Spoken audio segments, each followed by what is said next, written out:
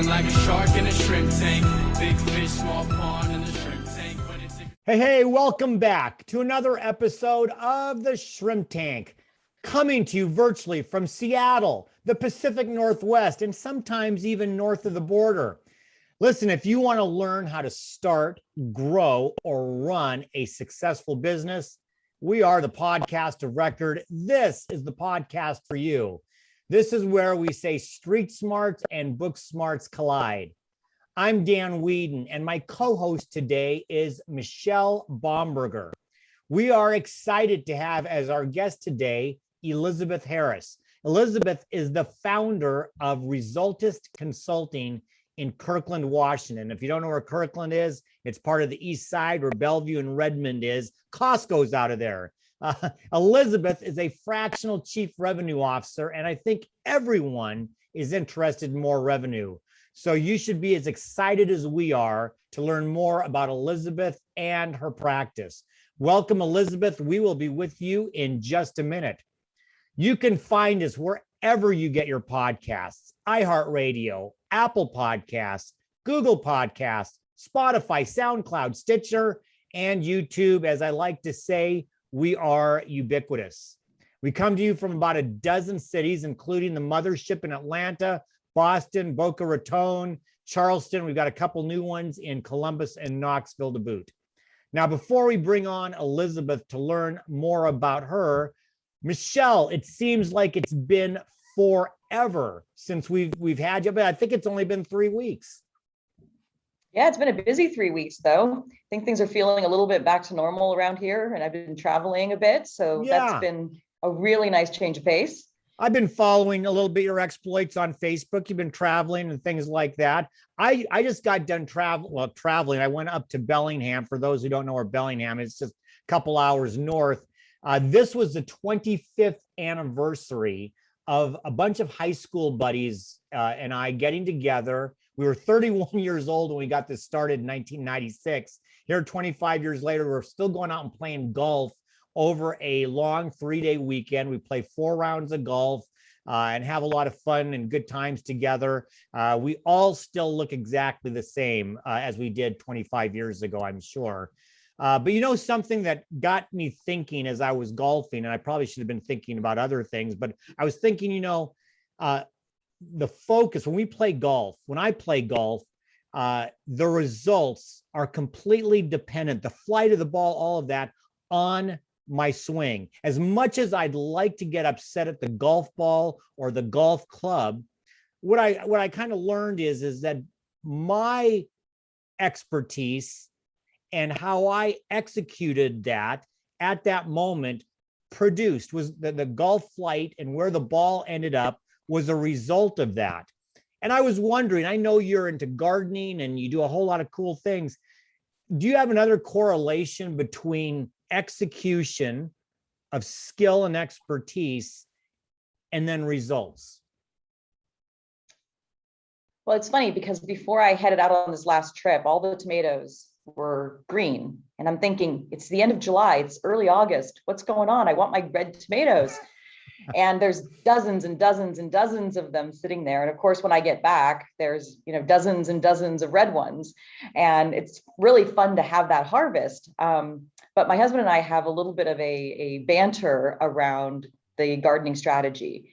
And I am very much a stick it in the ground, put some water on it, hope the sun comes out, and see what we get. And he's much more of a, did you fertilize it? Did you water it? Did you stake it? Did you trim it? So the balance of the two of us might be the results, but it's probably not just my strategy. It could be the fertilizer too, right? It could be the fertilizer.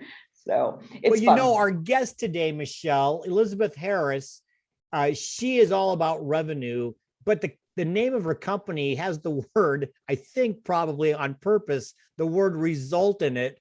Welcome, Elizabeth, from Resultist Consulting. As you listen to Michelle and I talk about tomatoes and golf balls, I got to believe that the results that CEOs in businesses have are a result of what they've done. My question for you is, you've probably seen a whole lot of different styles.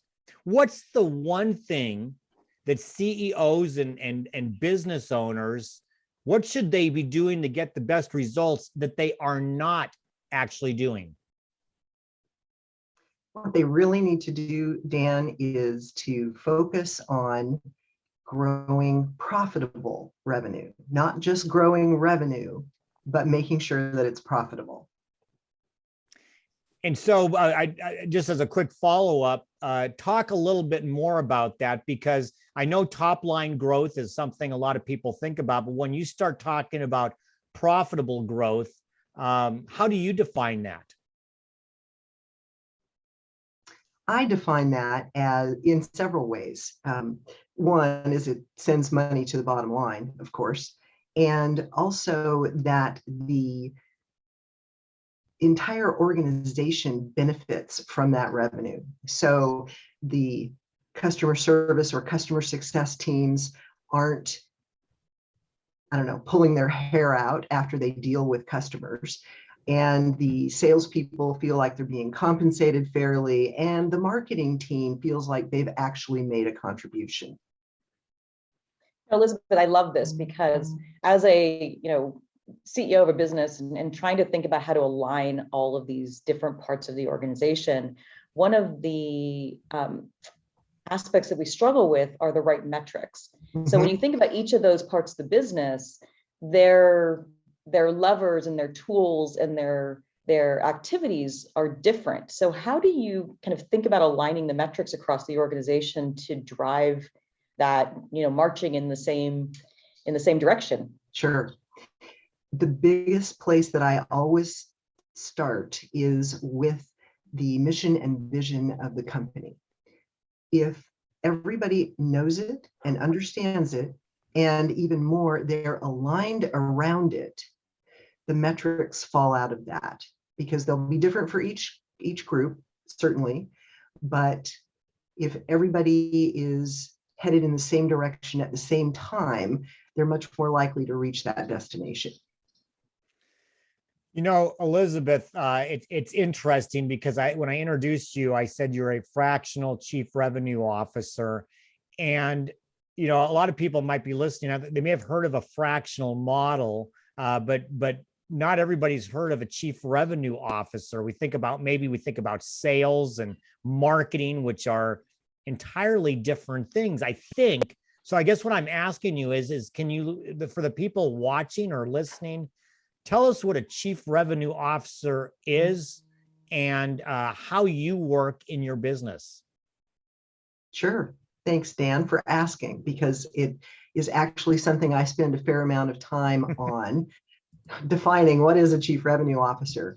It actually came into being just over a decade ago, started in the high-tech industry. The CEO of an organization has a really large role to fill. They are responsible for ultimately achieving the vision and the mission along the way of the entire organization. To ask them, as is often the case in a small or mid-sized business, to do everything and at the same time focus in on how they go to market, what makes them money, how do you run sales, how do you align marketing and sales, how do you make sure that your clients or your customers are achieving the best possible experience, on top of culture, mission, vision, responsibility to shareholders, if there are any other stakeholders. That can be a big lift for one individual. So a chief revenue officer is the person who takes some of that load off of the CEO to align sales, marketing, and customer success around the mission and the vision and the go-to-market strategy, as well as be keeping their eye on the ball. Is what we're doing generating profitable revenue? Not just revenue, but profitable revenue. And as a fractional chief revenue officer, I do that function, perform that service for lower mid-market companies who are in a B2B or a business to business space.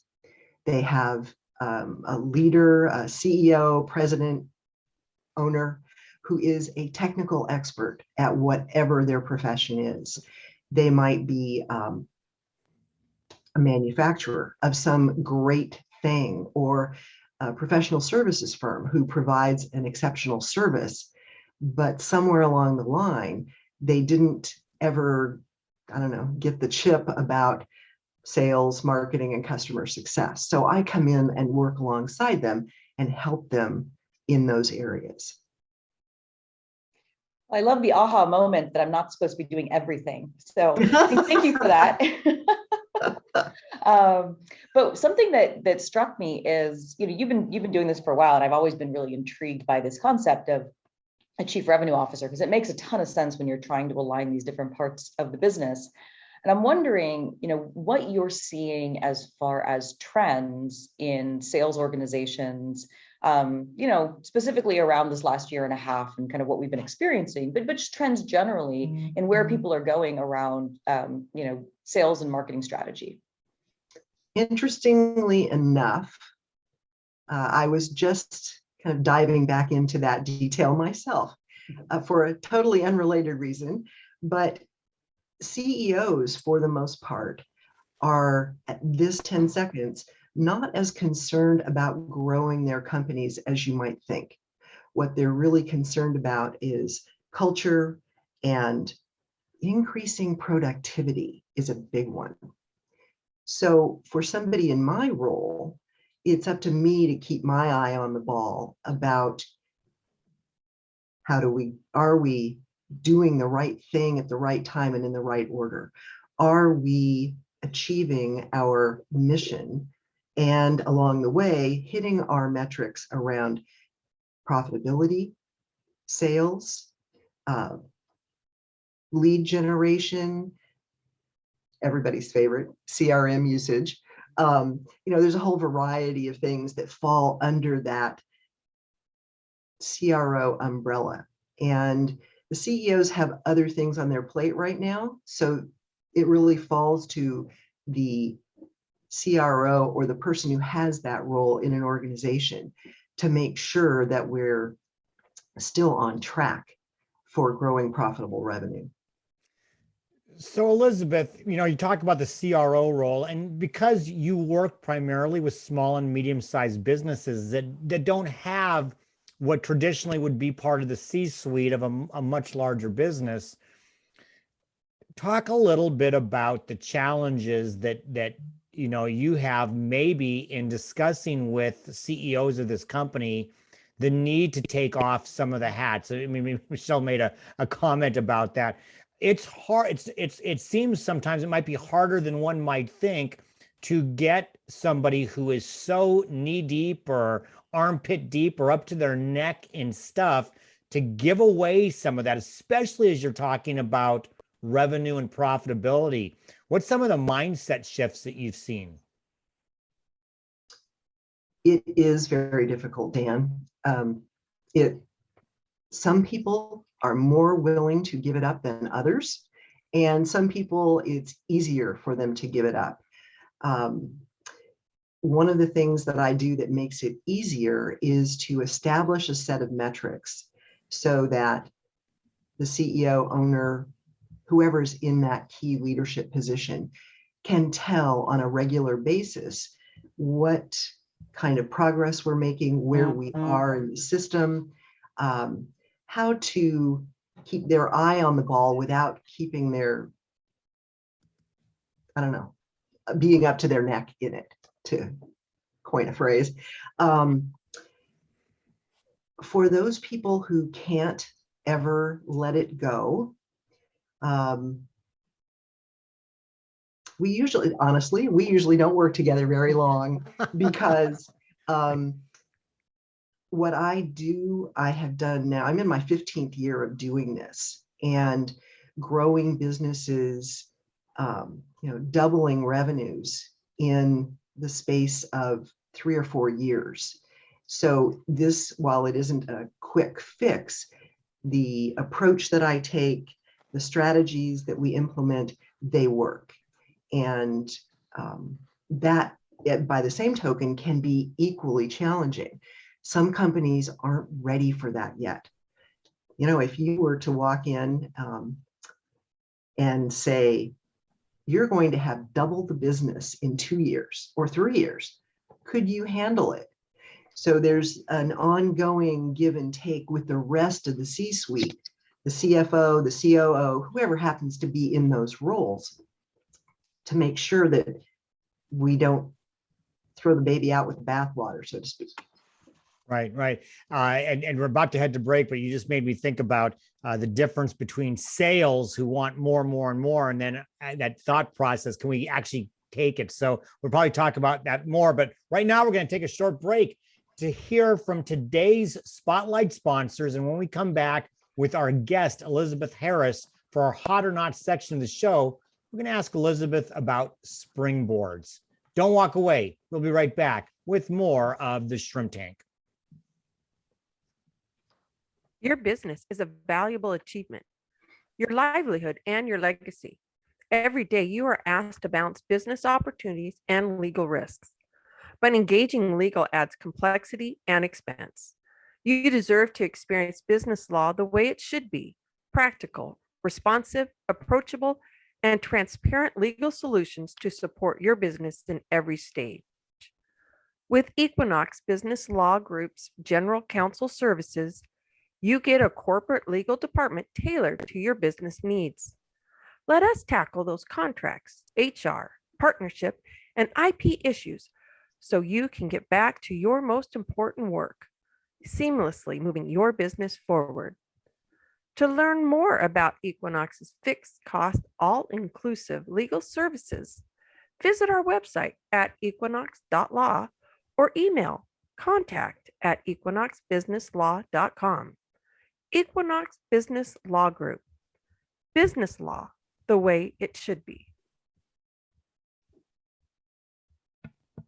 All right, everyone, welcome back to the Shrimp Tank, where we interview the best and brightest CEOs and business thought leaders in the greater Puget Sound area and beyond. I'm Michelle Bomberger, co-host today with Dan Whedon, and our guest is Elizabeth Harris with Resultist Consulting. Now, on to our next segment, Hot or Not. And Elizabeth, Hot or Not is where Michelle and I will pepper you with some questions about business, about results, about life, maybe even some gardening and golf. You never know. And you're going to tell us whether the concept or strategy is hot or not, and then why. And at the end, I'm sorry, but you win absolutely nothing. So I was talking about springboards. Hot or not, Elizabeth, using a downturn like the one we either had a dozen years ago from the recession or some of the challenges that have come out of COVID, using a downturn as a springboard into a new direction. Absolutely. Hot? Hot. Hot. Tell us why. Assuming you're in a position to do so, it gives you, if you take advantage of a downturn, it gives you an opportunity to get out in front of your competition who are being reactive in a new space where you can be proactive. And when the economy swings back around, as it does, being cyclical in nature, you will be positioned ahead of the competition to take advantage of that new opportunity. All right, Elizabeth, hot or not? A subscription or recurring revenue models? Hot. Yeah. It's a great way to ensure cash flow. You have to be careful, though, how you structure the recurring revenue. Is it something where you get 6 months in advance, or is it a year in advance, or if it's a monthly automatic withdrawal, so that you are not relying on somebody to go in and pay an invoice for, $200 every month. All right, I've got a hot or not that I'm really interested to hear from you. I have to admit, I can't really remember the last time, other than food, that I've gone shopping in person any place. So hot or not, in-person sales, are they still, are they DOA or soon to be dead, or can they still be hot or not? They can still be hot, but you have to be. Talk some more about that. You have to be cautious and careful about how you go about it. One of the biggest challenges is making sure that you are respectful of your clients or customers' current situation, their current restrictions, if they have any, what they're comfortable with. If they're not comfortable with it, it's not hot. But if they are, it can be a great opportunity to meet in, excuse me, in a safe setting and have a chance to get to know somebody face to face, which, as we all know or have experienced in the past 18, 20 months, is always preferable. All right, hot or not, national and global expansion of the business. Can I give you my consultant's answer and say definitely, maybe? It depends. Yes. It can be hot if the company is prepared for that kind of expansion. National expansion certainly is much easier to get your arms around and get people on the ground in various parts of the country if necessary. At the same time, if you're relying on the digital world, you can easily take yourself global at the same time. Again, making sure that you are aware of, appreciative of, and in consideration of local, albeit remote, but local customs, considerations, language barriers, how they do business in Japan, for instance, is very different than how we do business in the US. So as long as you've educated yourself in those areas, it's definitely a possible hot. Did I hedge that well enough? Well I done. like the definite maybe. So listen, I'm going to take us off hot or not for a second, because you being where you are today as a consultant and as an entrepreneur is the result of a journey.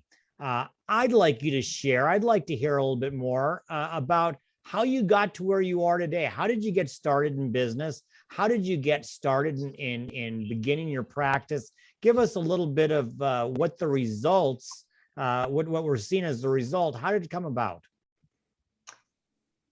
Oh, it has been a journey, definitely. I started out as a political science major, which, as we all know, is a very useful piece of paper. I could have gone to, I could have taught, I could have gone to work for the government, I could have gone into law school. That's a pretty traditional choice, those three choices. While I'm passionate about political science, I just wasn't that passionate about those choices. So I started out in sales. And as I was going through college here at the UW, worked in sales and continued down that path, ended up in office furniture of all places. And office furniture is a very large but somewhat hidden industry.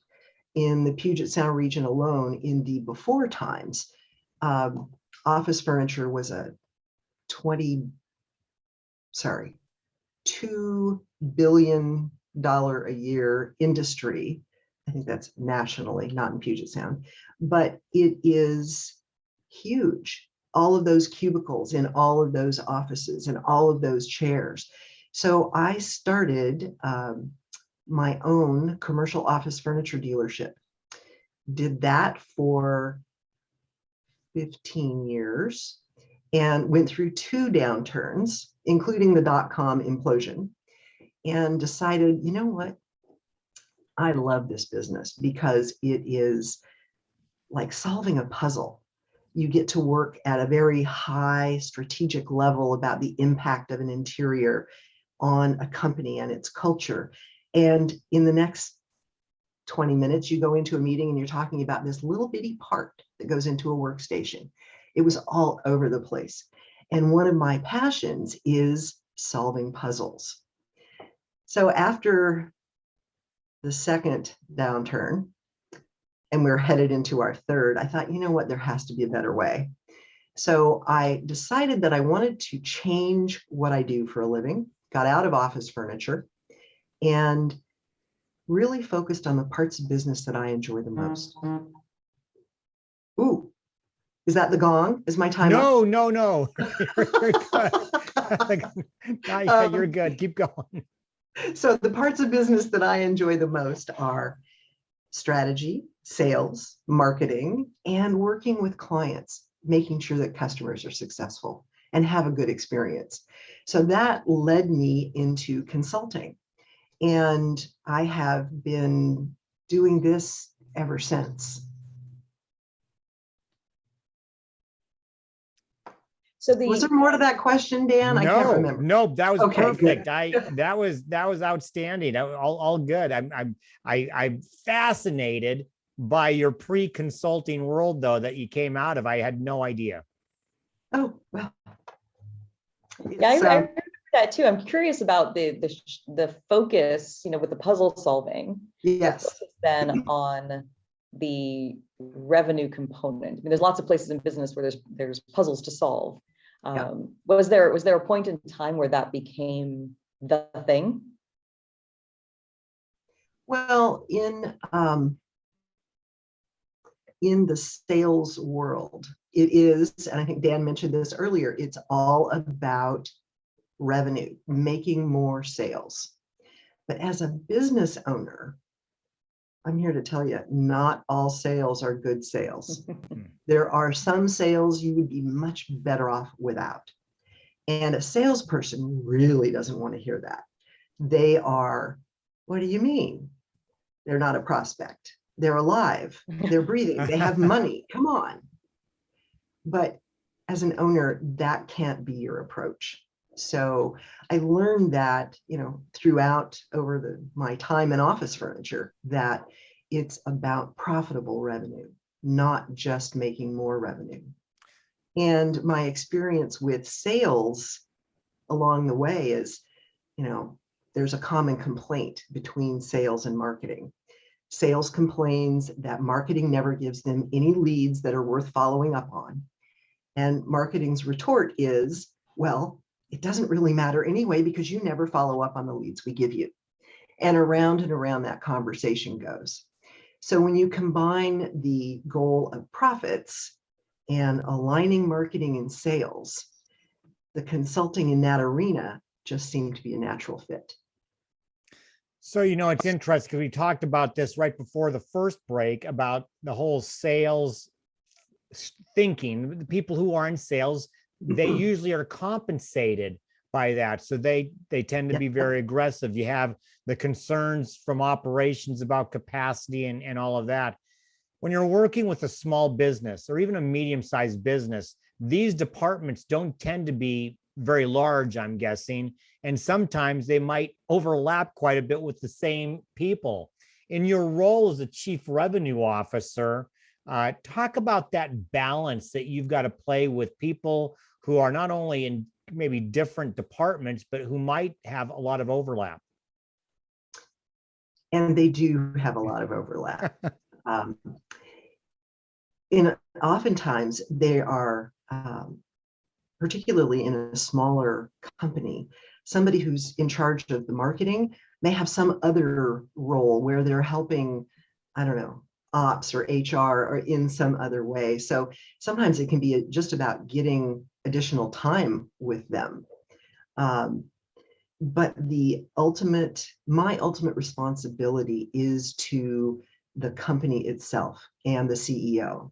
So I am always looking at things through a profitable revenue lens and helping people, coaching them, guiding them to understand, because we come back to the mission and vision, how what they're doing creates that profitable revenue and helps the company achieve its goals.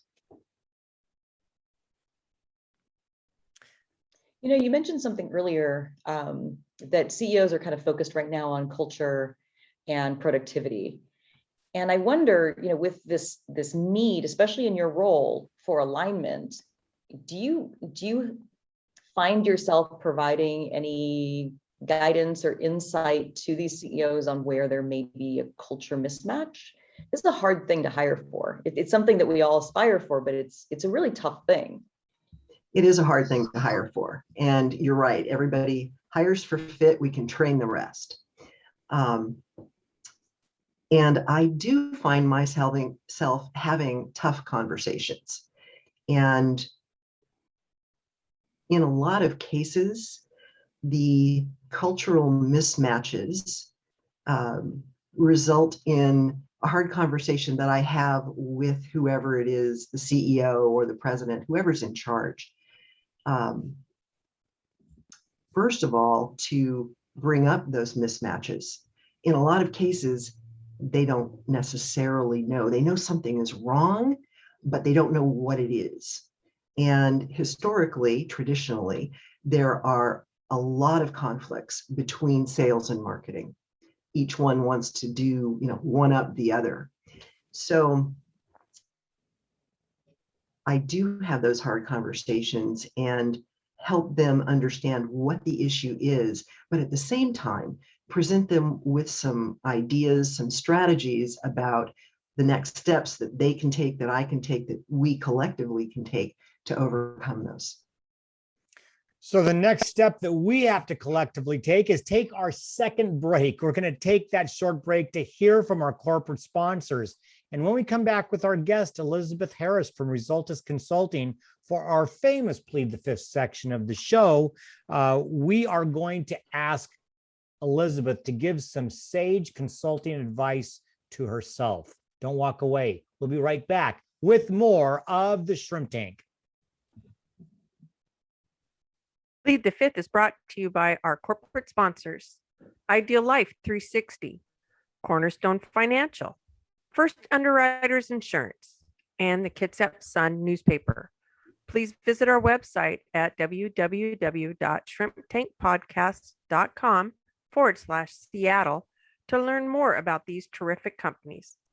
Now back to the show. Welcome back to the Shrimp Tank, where we interview the best and brightest CEOs and business leaders in the greater Puget Sound and beyond. I'm co-host Michelle Bomberger, and our guest today is Elizabeth Harris with Resultist Consulting. Let's start our next segment, Plead the Fifth. And Plead the Fifth, you might have to hire Michelle on this one, because you might need an attorney to tell you it's time to plead the fifth. Although I don't know that Michelle would. I think she might say you gotta answer the question. We're gonna ask you some more questions, pepper you with more. This time you get to plead the fifth, but only once. So be careful. If you do that early, you may have to answer a harder question. So I mentioned something about giving yourself some sage advice. I'm going to put you in the DeLorean, Doc Brown's DeLorean. We're going to take you back in time to a 10-year-old Elizabeth. Knowing what you know today, what kind of consulting advice would you give yourself as a 10-year-old? What would you tell yourself? What advice would you have? 10-year-old. Wow. Follow your passion. That would, you have to do what you're passionate about. If you don't, you're wasting your time, but you won't do whatever you end up doing very well. Yep. You know what? And I love that, because we're probably all about a contemporaries, we're probably about the same generation. We didn't really hear that all. It was kind of go to school, get a job, work at the job for 30 or 40 years, retire, and that's it. But I love the follow your passions. That's awesome. Well, speaking of passion, rumor has it that you have a passion for being off the grid. Can you tell us more about that? Absolutely. Being off the grid, going overlanding and rock hounding. And you were talking earlier, Dan, about getting results from an activity. Rock hounding for me is very much that way. Going out off the grid, outside of cell phone service areas, and in a lot of cases roads, and uncovering the hidden gems, turning over a lot of rocks and finding just really cool stuff. Everything from well, let's see, we just took a trip to Montana, and we came back with sapphires, topaz, a big honker of a garnet, and some agates. And we had a great time doing it. Elizabeth, you called it what? Rock hounding? Rock hounding. Okay. And which is essentially going out and hounding for rocks. Wow. And overlanding, which is I think of it more as an art rather than a science, but it is self-sustained overland travel. So you can travel in a completely self-sustained manner. We have a forerunner that we've modified, so we can go off the grid for a couple of weeks. We have power, refrigeration, water, communications for emergencies, all those kinds of things. Yeah. I was wondering what self-sustained meant. I didn't understand that. I've learned something new today. I've never heard of rock hound. Michelle, have you ever heard of rock hounding? Only because I've heard Elizabeth talk about it. Oh, okay. So look, I might next plead the fifth. Now it's just come to mind because I was going to ask this later, but I'm going to ask it right now. It's something we're asking all of our guests for this year. And so now I'm really interested in your answer. You've been an entrepreneur a couple different times. We're going to make you start a new business. You got to start a new business, and it's going to be based on a hobby. What's the new business you're starting? What's the hobby? Well, there's actually two that come to mind. Okay. One is turning all of these fabulous stones and rocks that we collect, whether it's agates to sapphires, into jewelry, which is something I always enjoy. And that is actually something that I'm thinking seriously about. Making jewelry. Okay, I like it. All right. Another one that we ask a lot of folks on this show. So you're at a dinner party, and you sit down to somebody you don't know, sit down next to somebody you don't know. How do you strike up the conversation? What's the first thing you say? Besides, hello, my name is. Let's see. Usually I have to ask a question. I am a consultant after all. Have I already met this person, or is this somebody I've never met before? Never met him. You just happen to be seated right next to them, and you want to start up a real genuine conversation. Wow. There's so many things. What brings you here? Yeah. What do you enjoy the most about this group?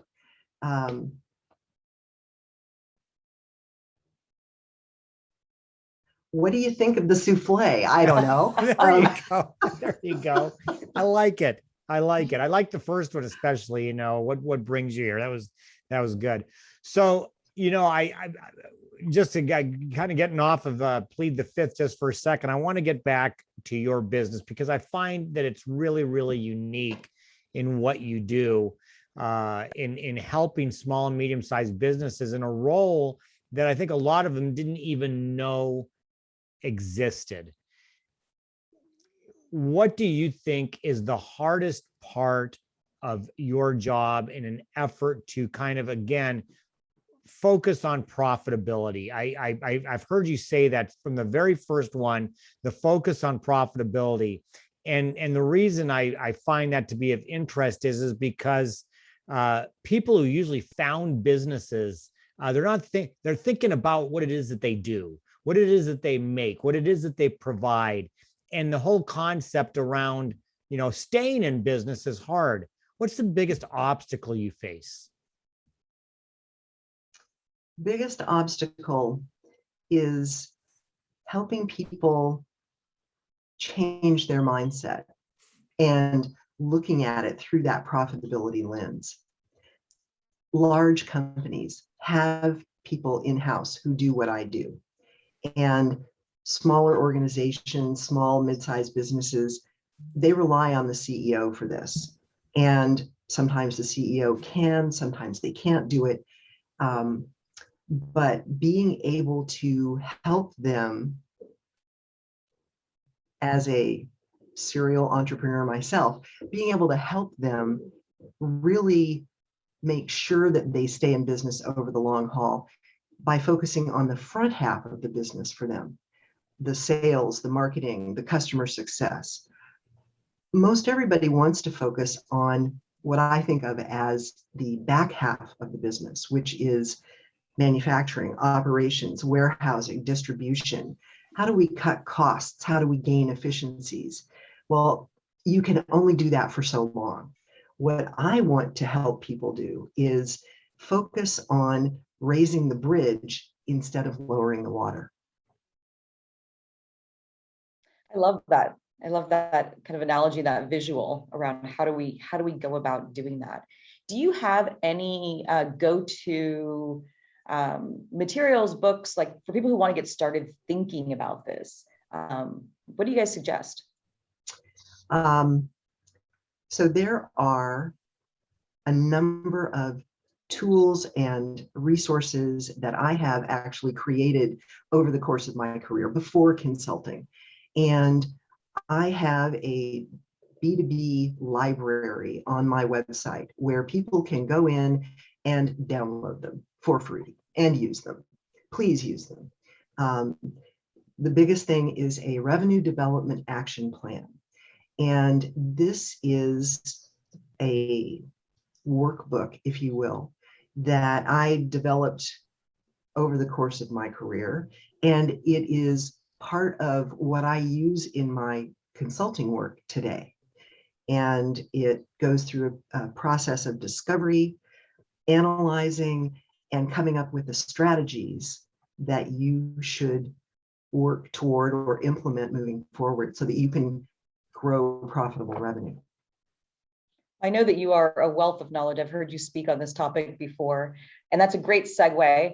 We're wrapping up the show now. Thank you so much for being a guest. But if our listeners want to reach you, what's the best way for them to contact you? There are two ways. They can certainly go to the website, resultist.com, or they can send me an email at elizabeth@resultist.com. I'm happy to answer emails, have phone conversations, Zoom meetings, and of course, you can always fill out the form on the website. And those materials are at the resultist.com website as well that you mentioned. Absolutely, yes. Fantastic. Thank you so much, Elizabeth. For all of our listeners, make sure you check out the replays on shrimptankpodcast.com/Seattle and wherever you get your podcasts, Google, Spotify, SoundCloud, iHeart, and please follow our show on our social media pages, YouTube, Facebook, and Instagram. Well, Elizabeth, thank you very much for being here today. Michelle, great to have you back again after what seemed like a prolonged time, but we're glad to have you back. Thanks for being here. Our next show will again be live streamed. We're back on Wednesdays. Sorry for the blip this week, but we're back on Wednesdays. The next one will be Wednesday, September the 1st. First of all, we have a new co-host. She'll be making her debut. Her name is Linda Popke. Jump on our Facebook page later this week. I'll have much more introducing Linda. You're going to love her. So Linda Popke will be my co-host. Our guest will be Nick Johnson from Libro.fm. Libro.fm is a great company. They are the Audible for independent bookstores for audiobooks. So you'll really love to hear from Nick Johnson. Again, Elizabeth, thank you. Michelle, thank you. We're wrapped up for today, but in the meantime, be safe, be well, and be prosperous. Or as I should say, maybe for Elizabeth, be profitable. Because until next week, the shrimp is back in the tank. So long. I've been feeling like a shark in a shrimp tank. Big fish, small pond.